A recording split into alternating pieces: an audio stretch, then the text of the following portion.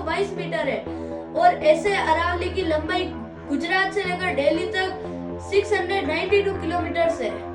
अब main problem क्या है, प्रॉब्लम समझो। सुप्रीम कोर्ट ने एक नई डेफिनेशन एक्सेप्ट की, उसके दो पार्ट है, फर्स्ट तो वर्टिकल और सेकंड हॉरिजॉन्टल। तो वर्टिकल पार्ट में क्या होगा, जो पहाड़ी है वो अपनी आसपास की जमीन से 100 मीटर ऊंची है तो इसको पहाड़ी माना जाएगा, तो ही वो क्वालिफाई करेगी। और अगर 99 मीटर भी है तो उसको काट दिया जाएगा, सॉरी भाई वो पहाड़ी नहीं है, तो अब काट दिया जाएगा। जिससे 99 मीटर वाली पे फॉरेस्ट कंजर्वेशन एक्ट नहीं लगेगा और जिससे लैंड माफिया और माइनिंग माफियाओं के लिए उस पहाड़ी को काटने का एक और नया रास्ता खुल जाएगा।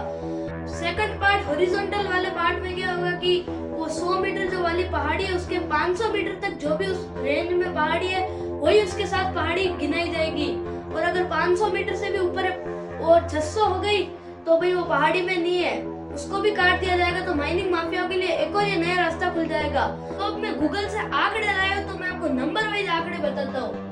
तो पूरी अरावली में 12,081 पहाड़ियां है, उसमें से 11,033 पहाड़ियां 99 मीटर से नीचे है और खाली 1,048 पहाड़ी जो है 100 मीटर क्रॉस कर पाएगी, क्वालिफाई कर पाएगी बचने के लिए, और बाकी 11,033 पहाड़ियों को काट दिया जाएगा। तो पूरी 100% में से खाली 8.7% पहाड़ी बचेगी और बाकी सब पहाड़ियों को काट दिया जाएगा। अब मैं आपको बताता हूँ अरावली काटने से क्या होगा। अगर अरावली काट दी जाएगी तो the great Indian desert, Thar desert जो इधर जैसलमेर जोधपुर साइड में आता है, वो द थार डेजर्ट वो खाली सी मिट्टी वहाँ बड़ी थोड़ी रहती है, वहाँ कभी कभी 80-90 किलोमीटर प्रति घंटे की रफ्तार से हवा चलती है, तो सब मिट्टी हवा के साथ में उड़ती है। पर बीच में हमारी अरावली हमारी बीच में दीवार बनकर अभी भी खड़ी है, तो उससे ये सब रेत इस तरफ नहीं आ पाती है। इधर वाला राजस्थान में अरावली की इस तरफ, राजस्थान में उधर दिल्ली, यूपी, हरियाणा साइड में, हरियाणा ये सब इधर इस अरावली के पीछे छुप कर बैठे हैं। और अगर काट दिया जाएगा उस पहाड़ को तो उस जगह सोसाइटियां बनाई जाएगी, सोसाइटियां, डेवलपमेंट, मॉल ये बनाए जाएंगे। तो पहाड़ क्या होता है, पहाड़ बारिश को अपना दोस्त समझता है और अपने तालाबों में अपने छोटे छोटे गड्ढों में भर लेता है। उसके बाद धीरे धीरे उसको अंदर ग्राउंड में भेजता है, ग्राउंड वाटर लेवल बढ़ाता है, जिससे कि पानी भी ऊपर भरा नहीं रहता है, ग्राउंड वाटर भी बढ़ा रहता है, जिससे कि अपने जब बहुत ज्यादा गर्मी पड़ती है जब अपन निकालते हैं उसको बोरवेल करके।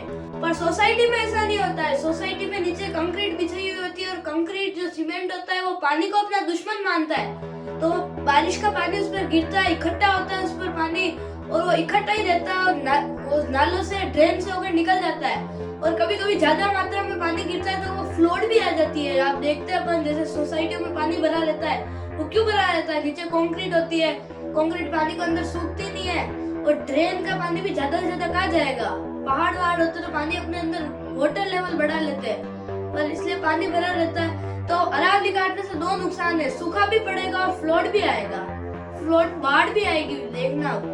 तो मैंने आपको अभी इतनी सारी जानकारी दे दी, तो मेरी सुप्रीम कोर्ट से, भारत सरकार से निवेदन है कि इस अरावली काटने पर एक बार फिर से विचार किया जाए। और सबसे निवेदन है मेरी, सारी भारतीय जनता पार्टी, कांग्रेस, सबसे निवेदन है, ये कोई पॉलिटिक्स राजनीति मुद्दा नहीं है, सब अपनी अपनी मातृभूमि को बचाने के लिए आए। और इस वीडियो को ज्यादा से ज्यादा शेयर करें, लाइक करें और सब्सक्राइब करें। Save Aravalli hills, save life. धन्यवाद।